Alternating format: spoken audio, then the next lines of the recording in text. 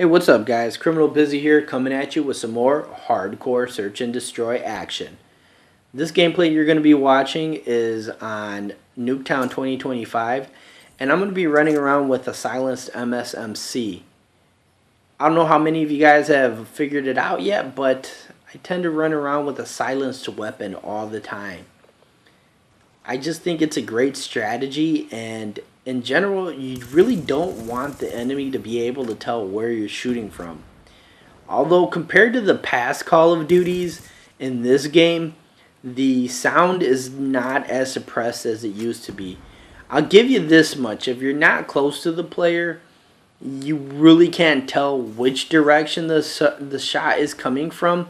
But if you are close enough, you can hear the shot and you can hear what direction it's coming from, although it's still hard to tell. For the most part, the suppressor in this game really just suppresses the flash, so you can't see where the shots are coming from, but you can still kind of hear where they're coming from. But enough about that. That's not what I wanted to talk about today. Today I wanted to talk about hobbies. Like, what hobbies did you guys have as a kid growing up? What are some of the hobbies that shaped you to be who you are today, that got you to make some of the decisions into what you do as a living now?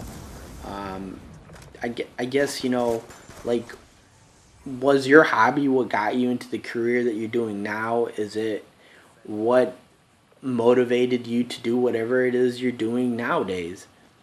I know as a kid, what I really enjoyed doing was to play video games and draw.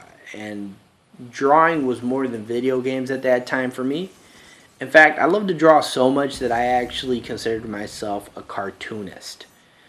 I love drawing. And the great thing about my hobbies is that I'm actually watching my kid grow up, and he's getting into the exact same things that I did. It's crazy to think, like, does every kid go through this phase? Or is it just that because he's my kid that he has similar likes and tastes that I do? Or did growing up?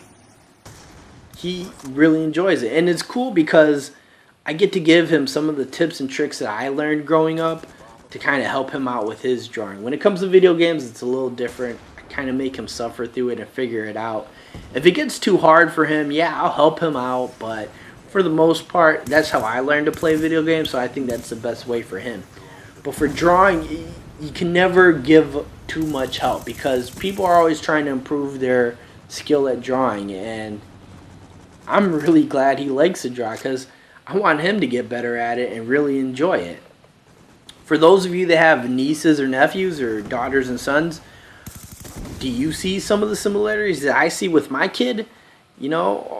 Or do you not see that? Leave some comments. Let me know what you think. But that's all I got for you guys today. If you enjoyed the video, don't forget to rate and comment. If you have enough time, go ahead and hit that subscribe button. Until next time, I'll just be playing some hardcore SnD.